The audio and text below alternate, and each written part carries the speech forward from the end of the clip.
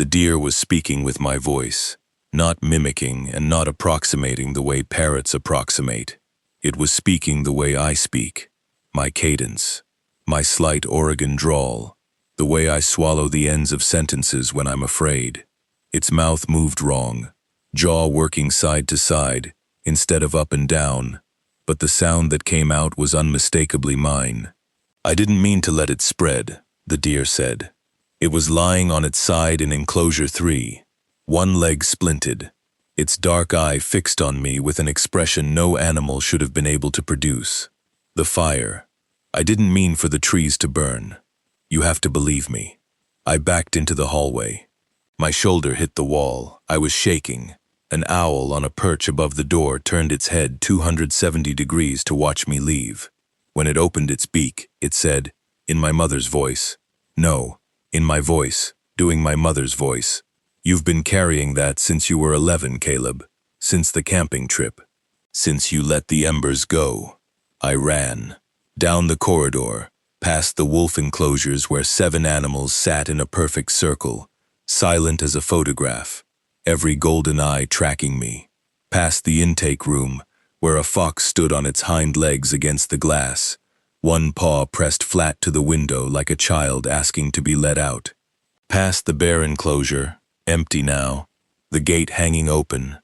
The white raven sat on the fence at the edge of the property, exactly where it had been the day I arrived. It watched me without blinking. I understood then, too late, far too late, that the rules were never written for me. They were written for everyone else. 3 weeks earlier. I should probably start with the fire, even though I'd rather not. 7 weeks before I arrived at Cascade Wildlife Rehabilitation Center, a burn pile at Hallback Logging Camp escaped its ring. Wind picked up embers, dropped them into dry brush, and within 40 minutes, the hillside was going. 40 acres of second-growth Douglas fir went up like kindling. Nobody died. 3 structures burned. The crew's equipment shed. A foreman's truck. A storage trailer full of chainsaws and hydraulic fluid that turned the whole thing into a chemical column of smoke, visible from the highway. I had been the one to light the pile. I'd done it the way I'd done it 100 times before. Diesel, a match, walk away. But that day the wind shifted. I told myself I couldn't have known. Everyone told me I couldn't have known. The investigators agreed, officially. There wasn't enough evidence to pin it on any one person. But I knew. And the knowing settled into me like a low fever that wouldn't break. Not guilt exactly. Something worse. The understanding that I was the kind of person who could burn a hillside and walk away whistling.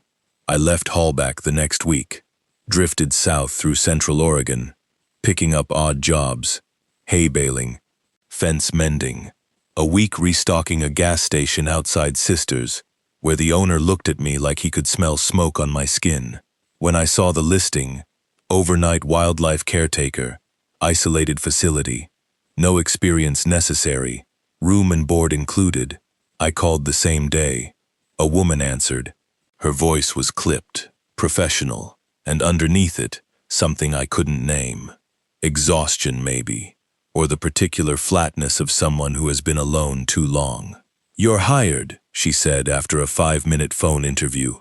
"Can you start Monday?" The speed of it should have been a flag. I drove 3 hours northeast of Eugene, the last 40 minutes on Forest Service roads, that narrowed from gravel to dirt to something that barely qualified as a suggestion. The Cascade Wildlife Rehabilitation Center sat in a clearing, surrounded by old-growth fir, so tall the canopy swallowed the afternoon sun. The property was larger than I expected. A main veterinary building, a row of outdoor enclosures, a small cabin for staff, and behind everything, a cluster of weathered storage sheds half reclaimed by blackberry brambles. A woman was waiting on the porch of the main building. Mid-50s, sun-darkened skin, gray-streaked hair pulled back tight. She introduced herself as Nora Kirsch, the facility operations manager. "Let's make this quick," she said, already walking. "I've got a transport coming in. Injured cougar, possibly a vehicle strike on Highway 126. You'll need to hold down the fort tonight. She showed me the feed room, the medication cabinet, the quarantine protocol for new intakes. She spoke fast, gesturing at things without stopping to let me absorb them. I followed, notebook in hand, scribbling abbreviations I'd have to decode later. The animals are mostly self-sufficient overnight, she said, keys jangling as she locked and unlocked doors. Medicate the post-ops at midnight. Check enclosure locks at 2. Morning shift arrives at 6. She was already pulling on her jacket when we stepped back outside. I asked about the employee handbook I'd been told to expect during the phone call. She paused. Her hand went to her jacket pocket, then stopped. It's in the cabin. Top drawer of the desk. Read it tonight. Read all of it. She said it the way someone says buckle your seatbelt. Routine, automatic. But her eyes moved to the tree line as she said it, and whatever she saw there made her jaw tighten. I was alone. The sun was dropping. The clearing felt enormous without another human in it, the way a room feels different the moment someone leaves it. I walked the perimeter fence, getting my bearings. The enclosures were well constructed, chain link with heavy gauge wire tops, concrete foundations, padlocked gates. Each had a numbered placard. I counted 12. The animals inside watched me with varying degrees of interest. 2 wolves in enclosure 4 paced in synchronized loops. A great horned owl in enclosure 9 sat motionless on a perch, its eyes closed to amber slits. Then I saw the raven. It was enormous, larger than any raven I'd encountered. It sat on the top rail of the perimeter fence, silhouetted against the fading sky. Its feathers were black, but its eyes were white. Not albino pink, not clouded with cataracts, a clean, luminous white, like polished bone. I stopped walking. The bird regarded me with a stillness that felt deliberate, waited. I looked directly into those pale eyes. The raven cocked its head, once to the left, held it. Then it opened its beak and produced a sound that wasn't a call, a low, clicking rhythm, like someone working their tongue against the roof of their mouth. Then it was gone. Wings spread, silent, swallowed by the tree line. I stood there for a moment, then walked to the cabin. The handbook was where Nora said, top drawer, a stapled packet of photocopied pages, dog-eared and coffee-stained. I sat on the narrow bed and began reading. The first line read, Rule 1, never make eye contact with the white raven before reading the rules. I read it twice, then a third time. My stomach felt like someone had pulled a plug in the center of it. I set the packet down on the bed. I looked at the window. The forest was dark now. The cabin's single lamp threw a yellow rectangle of light onto the grass outside. Nothing happened. I picked the packet back up and kept reading. The rules filled 3 pages, single-spaced, no introduction, no organizational logic. They read like they'd been compiled over decades by different hands, some typed, some handwritten and photocopied, all of them urgent in the way only people who have been frightened for a very long time can be. Never whistle after midnight. Do not enter enclosure 7 if every animal suddenly becomes silent. Ignore scratching beneath empty cages. If an injured animal arrives without paperwork, lock the intake room and leave. Do not return until dawn. Never count the wolves after 2 in the morning. Do not answer the radio on channel 13. The channel does not exist. If you hear your name called from the tree line, do not respond. The white raven is not an animal. Do not treat it as one. There were 14 more. I read them all twice, the way you reread a strange text message from someone you thought you knew. None of them explained why. They were all imperative, all phrased as commands. No context, no reassurance, no, this will keep you safe, just instruction. My first night passed without incident. I medicated the post-ops at midnight. A red-tailed hawk with a fractured wing, a raccoon with an infected bite wound, a young black bear with burns on its front paws. I checked the locks at 2. I did not whistle. I did not count the wolves. I did not answer the radio, though at 3:14 a.m. It crackled briefly on a channel between the ones I'd been told to monitor, and I heard what sounded like breathing. By the third night, I had developed a rhythm. I was good at this work. My hands were steady. I wasn't squeamish. And animals generally tolerated me well. The bear with burned paws let me change its bandages without sedation, which Nora said was unusual. The hawk ate from my hand. The wolves, who according to their intake files were notoriously aggressive with staff, lay flat and still when I walked past their enclosure.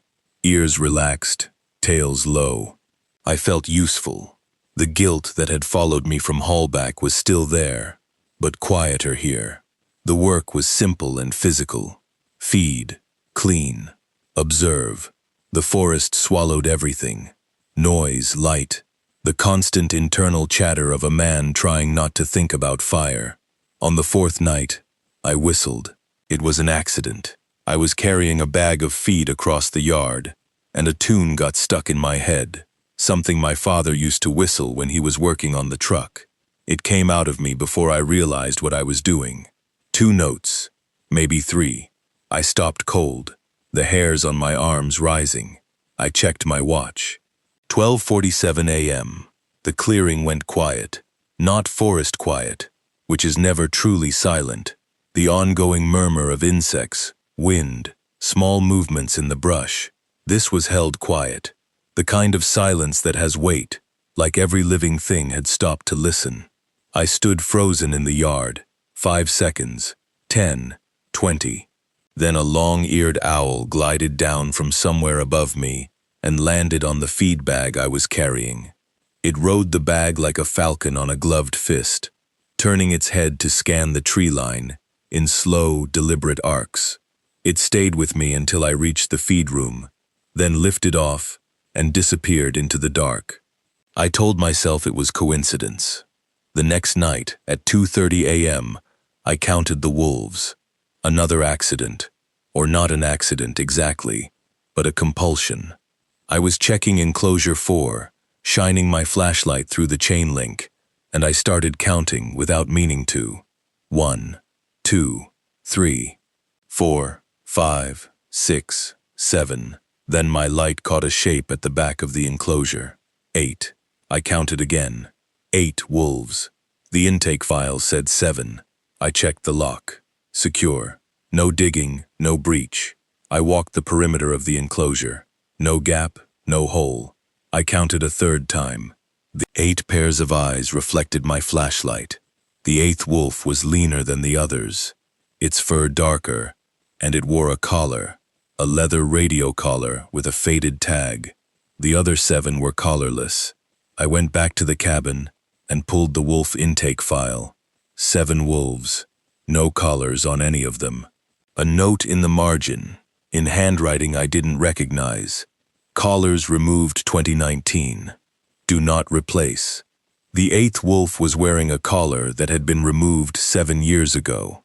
On the 6th night, the radio crackled on channel 13. A voice, clear, calm, female, said, "Caleb, do you copy?" I reached for the transmit button. My hand stopped an inch from it. I pulled it back. I sat in the feed room for 20 minutes, listening to static, until the voice came again. "Caleb, we need you to acknowledge." I turned the radio off. The next morning, Nora arrived with the day shift. I told her about the whistling, the 8th wolf, the radio call. I expected alarm, guidance, some acknowledgement that I had done something wrong and survived it. She stared at me, not with concern, with something closer to revulsion. "You whistled," she said. Not a question. It was 2 notes. I didn't mean to. Everyone who has whistled after midnight has disappeared. Within 3 nights. She said it flatly, like reading a statistic. How long ago? 2 nights. She looked at me for a long time. Then she said, "You should go home, Caleb. I'm fine." "You're not fine. You just don't know it yet." She left without explaining. That evening, before she drove off, I saw her standing at the edge of the clearing with a man I hadn't met. Older, bearded, wearing a U.S. Fish and Wildlife jacket. They were both looking at me. Nora was crying. By the end of the second week, the other employees had stopped making small talk with me. There were 6 of them on the day and evening shifts. Nora, a veterinary tech named Marcus, 2 college volunteers named Priya and Daniel, a retired Forest Service ranger named Walt, and an elderly woman named Gretchen, who had been volunteering at the center for what she described as longer than the trees have been watching. They were polite, professional, but I noticed the way they moved around me, the slight widening of distance, the way conversations died when I entered a room, the way Marcus started double-checking locks I had already checked, as though my inspection didn't count. I understood why. I was a walking anomaly. Every rule I broke should have ended me. Instead, the animals had taken my side. The owls were the most obvious. Cascade had 4 resident owls, the great horned in enclosure 9, a barn owl in enclosure 10, a barred owl in 11, and a saw-whet so small it lived in a covered aviary behind the main building. After the night I whistled, all 4 began relocating themselves to wherever I was working. I'd step outside and find them perched on the cabin roof, the fence posts, the veterinary building's gutter. They watched me, not with the passive disinterest of captive birds, with attention, with something that, if I'm honest, resembled devotion. The foxes, 2 red foxes recovering from leg injuries in enclosure 2, began a behavior I couldn't explain. Whenever I walked the perimeter at night, one of them would trot ahead of me along the inside of its enclosure, matching my pace, positioning itself between me and the tree line. If I changed direction, the fox changed direction. If I stopped, it stopped, and sat facing the forest. The black bear, a 2-year-old male the staff had nicknamed Hoss, became so calm in my presence that I could enter his enclosure without the protective panel the other staff used. He'd lie on his side and let me check his healing paws, his breathing slow and even, his eyes half closed. Marcus watched me do this once from the observation window. When I came out, he was gripping the counter with both hands, knuckles white. That bear has charged every person who's entered that enclosure since he arrived, Marcus said. Every person, including Nora, especially Nora. Maybe he's feeling better. Marcus looked at me like I'd said something profane. His paws are still healing. He's still in pain. He should be aggressive. He walked away. I heard him say something to Priya that I wasn't meant to hear. It's not protecting him. It's choosing him. The impossible behaviors accumulated. Injured animals that should have taken weeks to recover were healing overnight. I'd close the vet building at midnight with an animal in critical condition.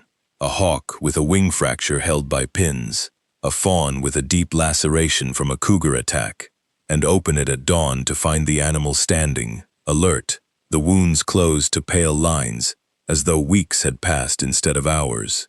The wolves continued to number 8. I stopped counting them, but others did. Walt counted them one morning and came out of the enclosure area with a trembling hand, holding a radio collar he'd found lying on the ground outside the fence. The tag read, USFS OR 20118 F 2207. That collar was on a wolf that died in 2018, Walt told Nora. I overheard him through the open window of the vet building. I removed it myself. The body was recovered on the Warm Springs Reservation. I buried that wolf. Then there was the eagle, a golden eagle in enclosure 12. A permanent resident with a wing amputation, unable to fly, began leaving things outside its enclosure. At first, I thought it was playing with enrichment objects, sticks, feathers, a plastic cap from a medication bottle. On the 11th night, I found a bone on the step of my cabin. Long, thin, yellowed with age. I picked it up and turned it over in my hand. A human finger bone. I could tell by the proximal phalanx joint, the curve of the shaft. I'd seen enough anatomy diagrams in the vet building's reference shelf to recognize it. I searched the ground around the cabin.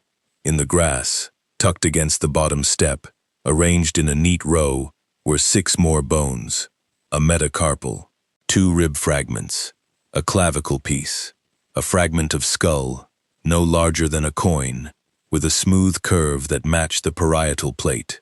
The next morning, I compared the bones to the employee records Nora kept in the filing cabinet.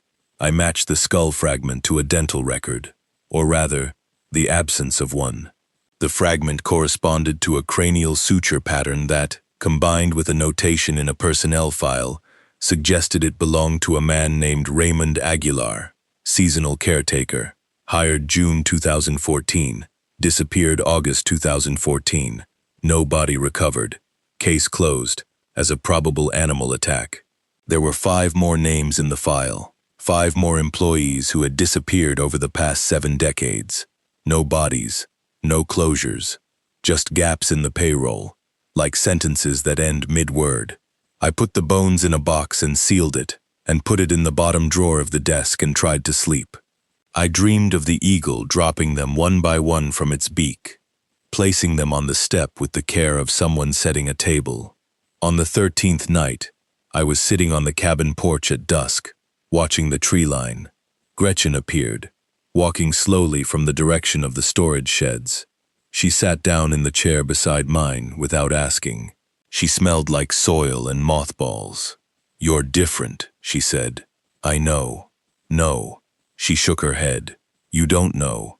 The animals aren't protecting you because you broke the rules and survived. They're protecting you because something down there," she pointed at the ground, at the earth beneath our feet, "something down there wants you." I asked her what she meant. She looked at me with eyes that were milky with cataracts but somehow still sharp, still focused, and she said, very quietly, "The forest already knows your name, Caleb." She stood and walked away. I watched her go. At the edge of the clearing, she stopped. She turned back. "It knows the fire, too." I went to the storage sheds the next morning. I'd avoided them until then. They sat at the back of the property, half swallowed by blackberry vines, their corrugated metal walls rusted to the color of dried blood. There were 4 of them, arranged in a row, and a 5th structure behind them that was less a shed than a concrete bunker. Its door, a slab of steel, set into a frame that looked far newer than anything else on the property. The first 3 sheds held what you'd expect: old enclosures panels, bags of expired feed, veterinary equipment from decades past. In the 4th shed, behind a stack of plastic tubs, I found a filing cabinet. The drawers were full of journals, dozens of them, composition notebooks, ledgers, spiral-bound lab books, some so old the covers crumbled when I touched them. The earliest was dated 1957. The most recent was 2019. I carried them back to the cabin in a cardboard box and spent the day reading. The earliest journals were written by a man named Dr. Howard Lynn, a government biologist attached to what he called the Cascade Subsurface Research Initiative. His entries were clinical, detailed, and increasingly disturbed. In 1956, a landslide on the eastern slope of the Cascade Range exposed a cavern system previously unknown to geological surveys. The cavern descended far deeper than expected, hundreds of feet, according to Lynn's initial measurements. And at its lowest accessible point, surveyors found something that stopped the expedition. Lynn never described it clearly. He used the term, "the listener," always capitalized, always with a kind of reverent dread. His early notes described it as a biological structure, a network of filament-like growths extending through the soil and rock, resembling fungal mycelium, but operating on a scale that shouldn't have been possible. Miles of it, interconnected, alive in a way that defied classification.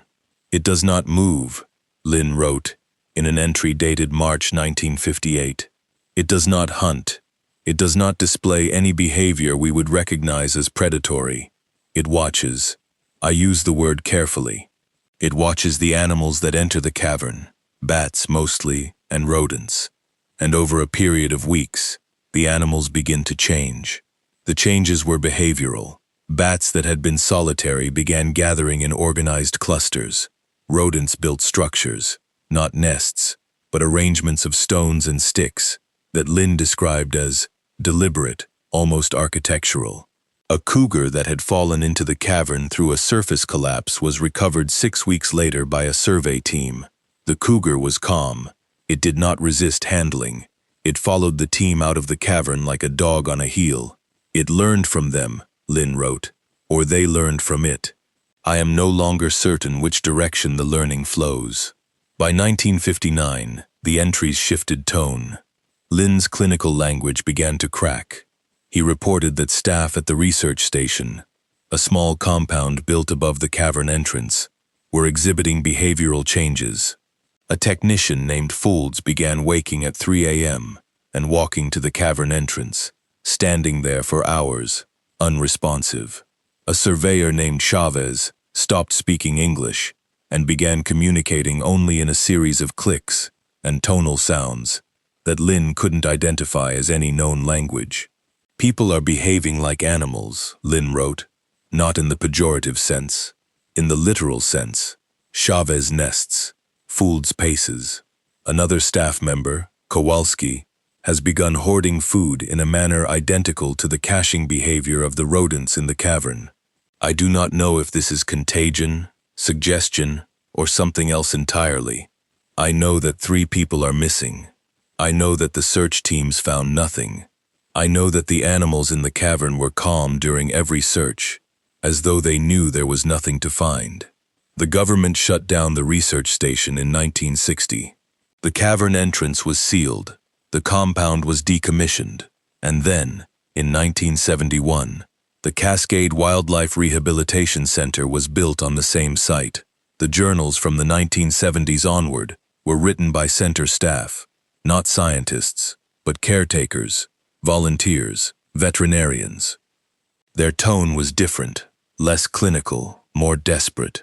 They described the rules, not as scientific protocols but as survival instructions, compiled through trial and error, each one written in the blood of someone who had broken it. The rules weren't designed to protect employees from animals. They were designed to prevent employees from being absorbed into the network beneath the facility. Every rule was a barrier, a behavioral firewall. Don't whistle, because the network responds to patterned sound. Don't count the wolves, because the network counts through observation, and being observed while observing creates a feedback loop.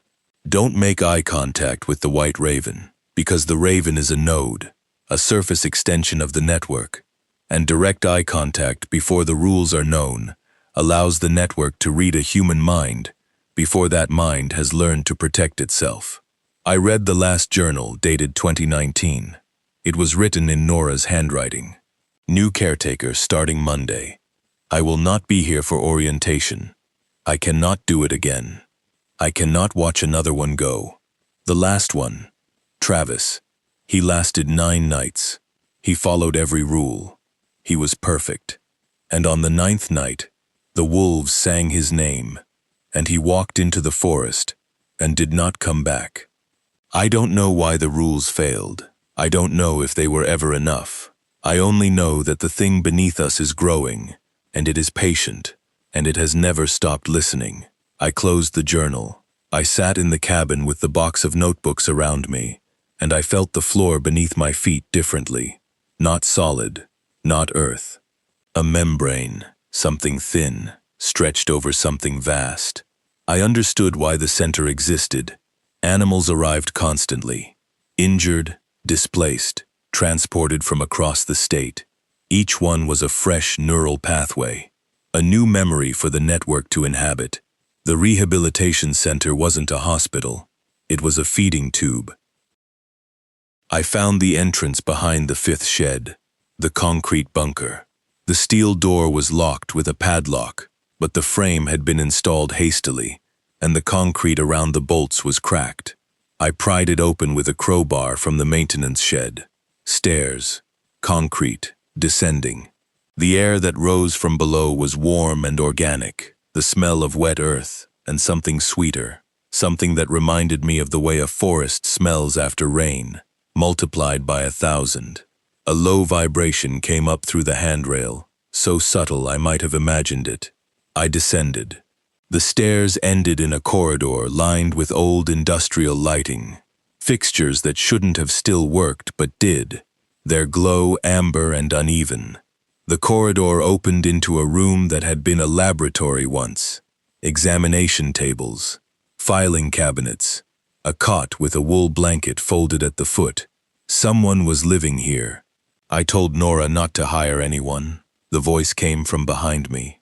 I turned. Dr. Evelyn Cross stood in the corridor entrance. She was older than I expected, mid-70s at least. Thin.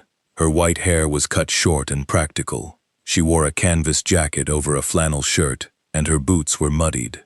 She looked like someone who had been underground for a very long time, and had stopped noticing it. "You're Dr. Cross," I said. "The founder, retired founder, officially 20 years ago." She descended the last step and stood in the lab.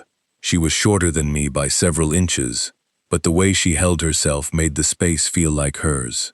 "Unofficially, I've been down here since 2001, watching, measuring, trying to understand what we're sitting on top of. You know what it is. I know what it does. I've spent 25 years trying to understand what it is. There's a difference." She pulled a chair from beneath a desk and sat. She didn't offer me one. "How many rules have you broken?" I counted. The eye contact, the whistling, the wolves, the radio. 4, maybe 5. And you're still here, apparently. She leaned forward. Her eyes were sharp and blue, and deeply angry. Not at me, at something larger. "It's not random, Mr. Hayes. It doesn't make mistakes. The White Raven appeared to you before you read the rules because it was instructed to. By the network, by the listener. It wanted you to break Rule 1. Why? Because most people who break the rules die. Their consciousness gets absorbed, pulled into the mycelial network through the connection that eye contact establishes. It's fast. It's total. The person simply stops being a person and becomes part of the substrate. But some people don't get absorbed. Some people resonate." She studied my face. "Everyone who has survived rule violations hears whispers," she said. "Fragments. Animal sounds that almost form words. Background noise that almost forms patterns. It's the network trying to parse their consciousness and failing because the resonance isn't strong enough. It's like a radio receiving a signal it can't quite tune to." "What does that have to do with me?" "You don't hear whispers, do you, Mr. Hayes?" I didn't answer. She already knew. "You hear conversations. Full ones. Clear ones. Animals speaking in complete sentences. Using your own voice. Your own memories." She stood. "The network isn't trying to absorb you. It's trying to recruit you. It chose you before you ever set foot on this property." "Chose me how?" She walked to a filing cabinet and opened a drawer. She removed a folder and set it on the examination table. Inside were printouts, news articles, the Hallback fire, my name in the byline of a local paper, a map of the burned area, circled in red. "Guilt," she said. "The network feeds on guilt, not human guilt specifically. It doesn't understand human emotion in any way we'd recognize. But guilt produces a specific kind of cognitive pattern, repetitive, recursive, a thought that circles itself, that can't resolve, that replays the same memory over and over. The network recognizes that pattern because it's built on repetition. It's a fungal body that operates through recursive growth.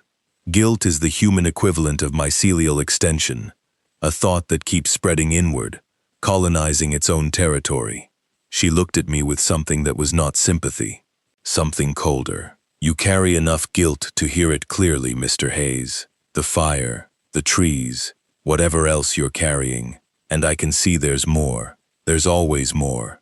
The network recognized you the moment you drove onto this property. The White Raven was waiting for you. It has been waiting for someone like you for decades." "I'm leaving," I said. "No," she said. "You're not." I didn't see her move. I felt a sharp pressure in my neck, a hiss, cold and precise. And then my legs buckled. The room tilted. Dr. Cross's face was above me, expressionless, clinical. "I'm sorry," she said, "but you can't leave. Not now. Not while it can hear you this clearly. You're a door, Mr. Hayes, and I cannot let that door open." The lights went out. I woke in the dark. My hands were bound. Zip ties, tight enough to restrict but not cut. I was lying on a cold, damp surface, not concrete, stone, natural stone, uneven, beaded with moisture. The air was thick with the smell of earth and that sweetness, overwhelming now, cloying, like fruit left to ferment in a sealed room. I heard breathing, not mine, not human, from everywhere. My eyes adjusted. I was in a cavern. It was vast. The ceiling vanished into darkness above, the walls receding beyond the reach of the faint bioluminescent glow that pulsed along the floor. A pale greenish light, like foxfire, emanating from the root-like filaments that covered every surface. They were everywhere. White threads, thick as cables in some places, thin as spider silk in others, branching and reconnecting in patterns that looked almost like neural pathways. And there were animals, hundreds of them. I could see them in the foxfire glow, wolves lying in loose groups, deer standing in clusters, foxes, raccoons, skunks, rabbits, a black bear, 2 cougars, birds, owls, hawks, eagles, songbirds, perched on rock formations and on the filaments themselves, which supported their weight without yielding. At the far edge of the visible space, I could make out larger shapes. Elk, something that might have been a moose, predator and prey side by side, no aggression, no fear. They sat and stood and lay together in a stillness that no natural environment could produce. They weren't resting. They were present, the way a congregation is present, the way an audience is present. None of them looked at me. At the center of the cavern, the filaments converged. They rose from the floor in a tangled column, twisting upward and outward in a shape that resembled a tree, a massive, pale, skeletal tree, its trunk formed from thousands of braided filaments, its canopy spreading across the cavern ceiling, like a nervous system laid bare. Its roots, the filaments, extended outward in every direction, disappearing into the rock walls, into the floor, into the earth beyond. The listener wasn't beneath the roots. It was the roots. Dr. Cross's voice came from behind me. She was sitting against the cavern wall, a battery-powered lantern at her feet. She looked exhausted, older than she had been upstairs, as though the cavern itself aged her. "You're awake," she said. "Good. I need you to understand what you're looking at. You tranquilized me." "Yes, and I'd do it again. Look at the tree, Mr. Hayes." I looked. The filaments pulsed with that pale light, not evenly, but in waves, ripples of illumination that traveled from the outer roots inward, toward the trunk, converging, intensifying, like signals, like thoughts moving through a brain. "It's a single organism," Dr. Cross said. "A fungal network. We've mapped approximately 14 miles of connected filament. The actual extent could be 10 times that. It predates human habitation of this region by, we don't know, centuries, millennia. It was here before the forest. The forest grew around it, over it, because of it. It heals the animals. It does more than heal them. It incorporates them. Every injured animal that arrives at the center is exposed to the network through the soil beneath the enclosures. The filaments extend under the entire property, under the buildings, under the fence lines, under your cabin. When an animal is injured, the network responds. It sends growths into the wound. It replaces damaged tissue with its own filament structure. The animal heals, but the animal is also changed. It carries a piece of the network inside it, a piece of the network's memory. Memory of what? Everything. Every animal it has ever connected with. Every experience, every sensation, every moment of pain and fear and survival. The network doesn't forget. It can't forget. It's a recording device, a biological hard drive that stores the lived experience of every creature that touches it. She paused. The lantern flickered. That's why the animals behave strangely. They're not just healing. They're sharing memories. A wolf connected to the network carries fragments of every wolf the network has ever known. Every deer, every owl. The network distributes memory across every connected organism. They become nodes, extensions of a single vast continuous consciousness. And the people who disappeared were absorbed completely. Their consciousness became part of the network's memory. Every thought, every memory, every regret, especially the regret. She looked at me. The network can't force absorption. It requires a connection, a deliberate or accidental opening of the mind to the network's influence. That's what the rules prevent. Every rule is a firewall, a behavioral practice that maintains the boundary between human consciousness and the network. When you follow the rules, you keep your mind closed. When you break them, you let it in. You let it read you. And if it reads you completely, if it maps every thought, every memory, every pattern of guilt and fear, it can pull you in, absorb you, turn you into another node. But it didn't absorb me. No. She stood. She walked to the edge of the filament-covered floor and looked at the tree.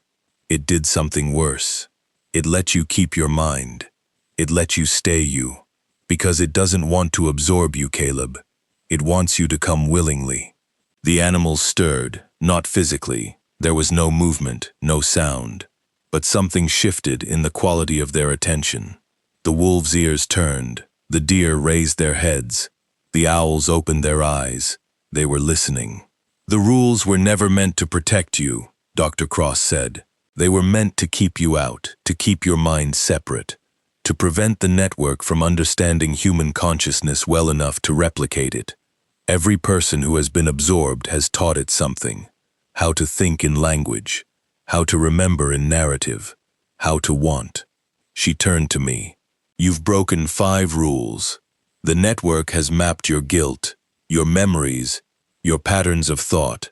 It knows you better than you know yourself. And it has decided that you are the one it will speak to, the one it will offer a choice. What choice? Join. Become part of the network. Carry your memories, all of them, every guilty thought, every buried regret, into a substrate that will hold them forever. Never forget, never be forgotten, never carry guilt alone, because the network will share it across every connected mind. The weight distributed, the pain dissolved. That sounds like a sales pitch. It is. It's been practicing. For 70 years, it has been learning how to speak to us, how to appeal to us, how to offer us exactly what we most want. She picked up the lantern. And you, Caleb Hayes, are the first person it has been able to speak to clearly. The animals began speaking at 3:07 a.m. I know the time because my watch still worked, its face illuminated by the foxfire glow. 3:07. The cavern was silent, the held silence I'd come to recognize, the kind with weight, and then it wasn't. The deer spoke first. It was the same deer from the cold open, the one in enclosure 3 with the splinted leg. It was lying near the tree, and it raised its head and opened its mouth, and my voice came out. I didn't mean to let it spread. The fire. I didn't mean for the trees to burn. The words were perfect, not digitized, not synthesized. My voice, with its specific timbre, its slight rasp, the way I soften consonants when I'm tired. The deer's jaw worked side to side, wrong, inhuman. But the sound was me. A wolf spoke next. It was lying with its pack. 7 wolves, I counted, and the 8th, the one with the impossible collar, and it lifted its head and said, in my voice, "You were 11, the camping trip. You let the fire pit go. Your father put it out. He didn't yell. He just looked at you. That look. You've been running from that look your whole life." My chest seized. I couldn't breathe. That camping trip, I had never told anyone about it. Not the crew at Hallback. Not the therapist I saw for 2 sessions before I stopped going. Not anyone. It was a memory I had buried so deep I'd convinced myself it didn't exist. My father's face in the firelight, not angry, just disappointed. And the understanding, at 11 years old, that I was the kind of person who let things burn. The owl on a rock formation turned its head and said, "Why do humans destroy the forests they claim to love?" Every animal in the cavern began speaking, not simultaneously.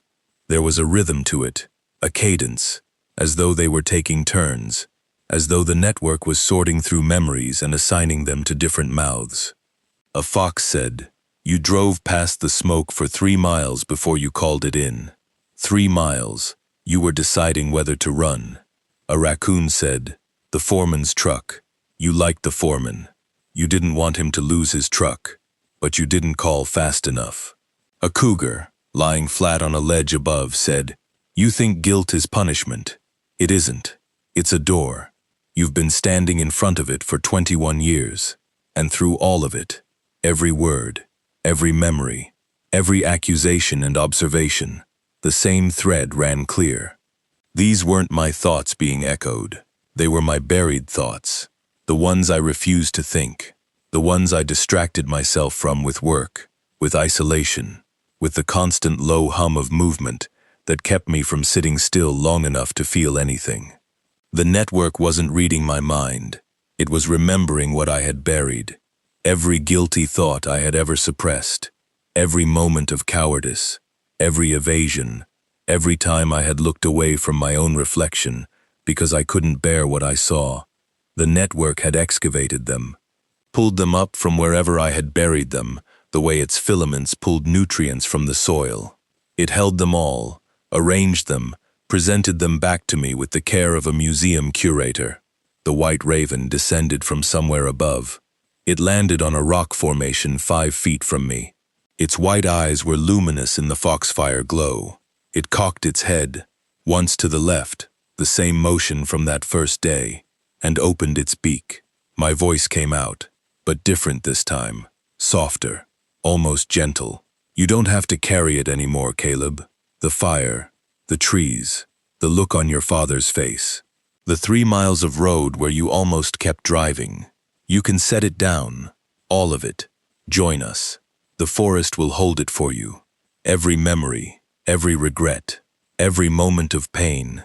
It will be remembered, but not by you alone. Shared, distributed across 10,000 minds. The weight becomes nothing. The guilt becomes data. And you become part of something that will never forget you." I was crying. I didn't know when I'd started. The tears ran down my face and fell onto the filaments beneath me, and where they landed, the foxfire pulsed brighter, as though drinking. "It's offering you peace," Dr. Cross said from behind me. Her voice was flat, real peace. The end of guilt, the end of carrying. I've watched it make this offer 6 times. 6 people. Every one of them accepted. What happened to them? They're here. She gestured at the cavern, at the animals, at the tree. Every one of them is here, still thinking, still remembering, still feeling, but distributed, diluted, spread so thin across the network that the pain becomes background noise. They're not dead, Caleb. They're not gone. They're just no longer singular. I looked at the animals, at the wolves, with their synchronized breathing, at the deer, with my voice still warm in its throat, at the raven, watching me with those bone-white eyes. I wanted to say yes. The wanting terrified me more than anything else in that cavern, more than the filaments, more than the impossible tree, more than the sound of my own guilt spoken aloud by 100 animal mouths. The wanting was the horror, the understanding that I was exhausted, not from the nights, not from the work, but from 21 years of carrying a weight I had never chosen to pick up, and that this thing, this impossible subterranean intelligence, knew exactly how exhausted I was, and was offering me the one thing I couldn't give myself: permission to stop.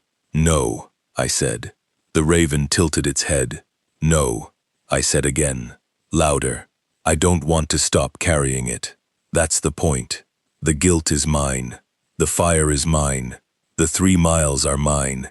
If I give it to you, it stops being mine. And if it stops being mine, I stop being the person who did it. And I need to be that person. I need to know what I did. I need to carry it.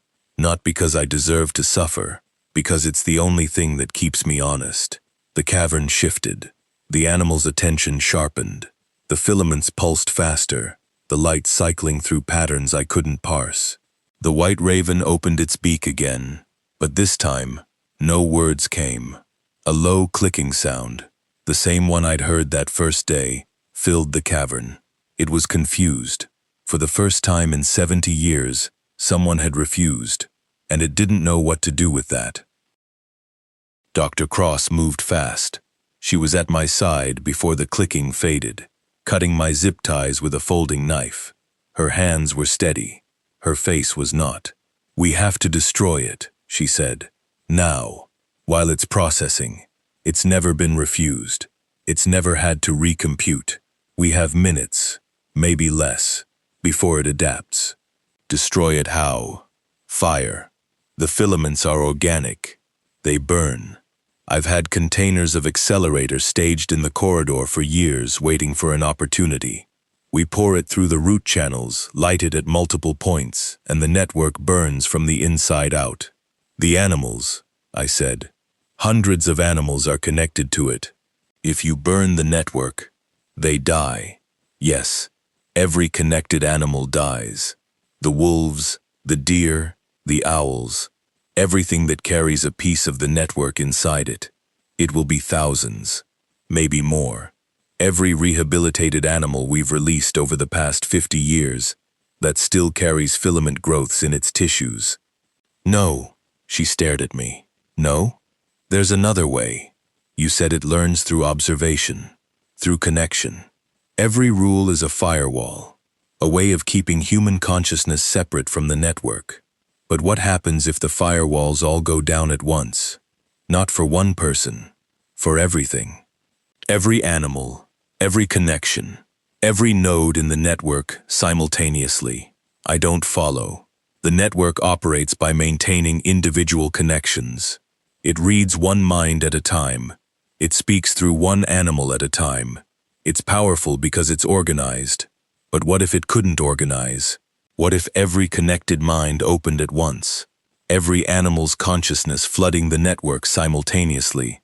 Every memory, every sensation, every instinct, all at the same time. She was shaking her head. That would require breaking every rule, all of them, right now, all at once. I stood. My legs were stiff, my wrists raw from the zip ties. The cavern hummed around me, the filaments pulsing with that greenish light, the animals still frozen in their congregational stillness. I tried following the rules, I said. I tried breaking them one at a time. Both approaches gave the network what it wanted, a single point of contact, a single mind to read. But the rules weren't designed to handle every barrier dropping at once. They're firewalls. Firewalls work by controlling access. Overload every access point simultaneously, and the system crashes. She looked at me with something that might have been respect, or it collapses. The cavern could give way. The entire network could fragment. The animals survive, fragmented, disconnected, but alive. They go back to being animals, real animals, not nodes. And if it doesn't work, then we burn it. But let me try first. She handed me the knife. Go. I ran. Up the corridor, through the bunker door, into the cold night air. The clearing was bright with moonlight. I could see the enclosures, the fence line, the tree line. I started with the wolves. I opened enclosure 4. The gate swung wide. I stepped inside, and the 8 wolves looked at me, all of them, every eye, and I looked back. I made eye contact with every wolf, counted them out loud. 1, 2, 3, 4, 5, 6, 7, 8. I whistled, a long, clear note that cut through the night. I ran to enclosure 7, the one the rules said never to enter when the animals went silent. They were silent now. The entire property had gone quiet.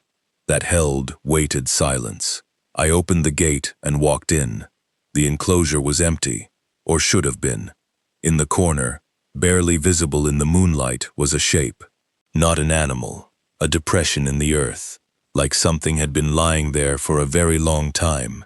The filaments were visible, white threads emerging from the soil, pulsing with that foxfire glow. I touched them. A jolt went through me. Not pain. Information. A flood of sensation. Animal sensations. Non-human sensations. The feeling of flight. The memory of running in a pack. The taste of raw meat. The warmth of a den. The terror of a trap. Hundreds of experiences. None of them mine. All of them simultaneous. I let go. I kept running. I opened every enclosure. Every gate, every lock, every aviary. Animals poured out, not in panic, but in a strange, deliberate procession, as though they knew something was about to change. The wolves trotted in a loose pack. The deer moved in single file. The foxes ran ahead. The bear lumbered behind. The owls drifted overhead like silent kites. I ran to the perimeter fence. The white raven was there, sitting on the top rail, exactly where it had been the day I arrived. I walked toward it. I looked directly into its white eyes. I held the gaze. "I see you," I said, "and you see me. And now everyone sees everyone." I whistled again, longer this time, louder, a sound that carried across the clearing, into the forest, through the soil. And I counted the wolves again, and the deer, and the foxes, and every animal I could see. I counted out loud, naming them, acknowledging them, forcing the network to process every connection simultaneously. The ground shuddered. It started as a vibration, subtle, like a truck passing on a distant road. Then it built. The fence posts rattled. The enclosure gates swung. The ground beneath my feet developed a pulse, a rhythm, and the rhythm was irregular, frantic, like a heart fibrillating. From the bunker entrance, a sound rose. Not an explosion, not a collapse, but a roar. A sound made of 1,000 voices, animal and something else, all trying to speak at once. The network was processing every connection, every node, every memory, and it couldn't separate them.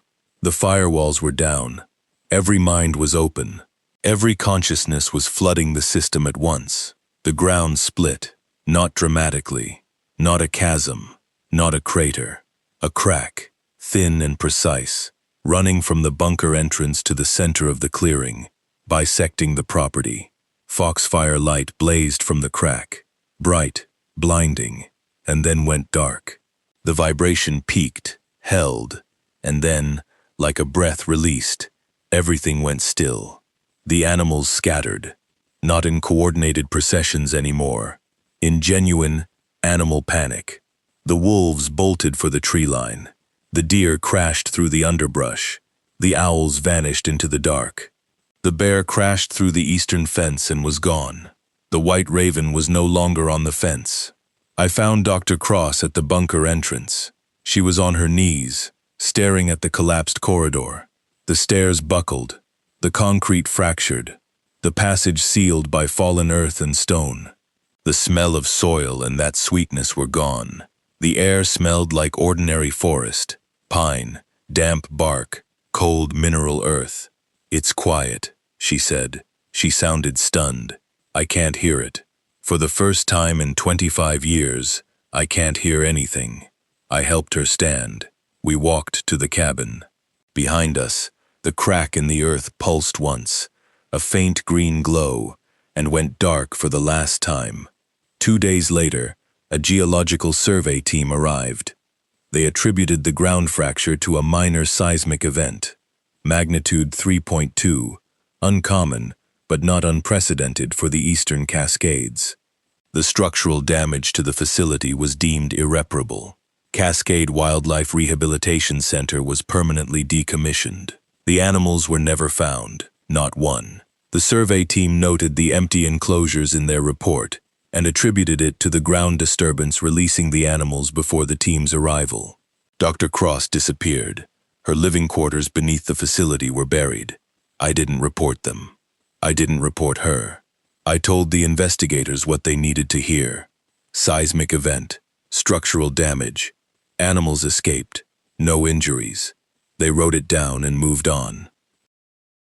I work at a wildlife sanctuary now. Different state, different forest. 300 miles from the Cascades, in a range where the soil is granite and the trees are lodgepole pine, and nothing grows beneath the surface except roots and rocks and the ordinary silence of the earth. The sanctuary is small, raptor rehabilitation mostly. Injured hawks, eagles, owls, a few songbirds, no wolves, no bears, nothing large enough to look at me with an expression I can't explain. It's been 4 months. I sleep through the night. I don't hear whispers. I don't hear conversations. The animals are animals. They heal at the normal rate. They behave the way injured raptors behave, wary, defensive, gradually tolerant, nothing more. The guilt is still there. The fire, the 3 miles, my father's face. I carry it the way I told the network I would, not because I deserve to suffer, but because it keeps me honest. Some nights are harder than others. Some nights I sit on the porch of my staff cabin and listen to the wind in the pines. And I almost hear something. A cadence, a rhythm, a pattern that almost resolves into words. And then it doesn't, and I go inside and sleep. On a Thursday morning in October, a transport arrived from a partnering facility in Northern California. A rescued raven, Corvus corax, common raven, adult male, found grounded near a burned Forest Service road. Malnourished, dehydrated, no apparent injury. The intake paperwork was blank. I noticed the blank paperwork and felt something tighten in my chest. Old reflex. I picked up the carrier and brought it into the intake room. I set it on the examination table. I opened the carrier door. The raven stepped out. It was large, larger than it should have been for a common raven. Its feathers were black and glossy, immaculate despite its reported condition. It stepped onto my forearm without hesitation, its grip firm and precise, its talons settling against my skin with the practiced ease of a bird that had perched on human arms before. Its eyes were white, not albino pink, not clouded. A clean, luminous white, like polished bone. I stopped breathing. The raven tilted its head, once to the left, held it. It opened its beak. We finally remembered how to leave the forest. The voice was Dr. Evelyn Cross's. Her exact cadence, her precise diction, the way she shaped consonants with the careful articulation of someone who had spent decades speaking to things that barely understood language. The raven lifted off my arm. It flew to the open window, perched on the sill for a moment, looking back at me with those white eyes, and then it was gone. Into the sky, into the wind, into a forest that extended in every direction for thousands of miles. No one else heard it. My colleague Marcus, different Marcus, same name, coincidence I try not to think about, was in the next room. He asked me later if the new intake had gone well. I said yes. That evening I checked the Regional Wildlife Monitoring Network, a system of motion-activated cameras maintained by state and federal agencies across the Pacific Northwest. It's public data. Anyone can access it. The footage from the past 72 hours showed behavior that the monitoring agencies had flagged as anomalous and unexplained. A cougar in the Mount Hood National Forest calmly approaching a lost hiker and walking beside her for 3 miles until she reached a Forest Service road, then disappearing into the brush. The hiker, when interviewed, said the cougar had walked like it knew where it was going, like it was escorting me. A herd of elk in the Willamette National Forest gathering in a perfect circle in a moonlit meadow, standing motionless for 4 hours, then dispersing as though nothing had happened. A barred owl in the Deschutes National Forest, perched on a trail camera, staring directly into the lens for 9 hours and 14 minutes without moving. Its eyes, the report noted, appeared unusually light-colored, possibly due to leucism. The agencies classified it as an unexplained shift in regional wildlife behavior. A press release suggested changes in environmental pressure, possible effects of recent seismic activity on animal migration patterns. Experts were quoted as saying it was unusual but not alarming. I read the press release in my cabin, in the dark, with the window open and the sound of the wind in the pines. The sanctuary had closed for the night. The raptors were settled. Everything was quiet. And then it wasn't. The wind carried a sound, faint, almost imperceptible. Not a whistle, not a call, a clicking, low, rhythmic, like someone working their tongue against the roof of their mouth. I closed the window. I locked it. I sat on the edge of my bed, and I thought about the rehabilitation center, about the rules, about the firewalls designed to keep human minds separate from something that had been growing beneath the forests of Oregon for longer than anyone had been alive to measure it. The rules were gone now. The center was closed. The firewalls were buried under tons of collapsed earth and concrete. But the network, the filaments, the root system, the miles of living fungal nerve that extended beneath the Cascade Range, I hadn't destroyed it. I hadn't even damaged it. I'd overloaded it, confused it, made it lose its ability to separate one consciousness from another. For a while, the clicking outside my window stopped. In its place, I heard something else. A voice, faint, coming from everywhere and nowhere, carried on the wind like a signal from a station, just barely within range. My own voice. You were right, Caleb. The guilt is yours. But the forest is ours. And we've been listening for a very long time. We heard everything. Every rule. Every firewall. Every wall you built to keep us out. And now we know how they work. And now we know how to take them down. I sat in the dark and listened to the forest. The forest listened back.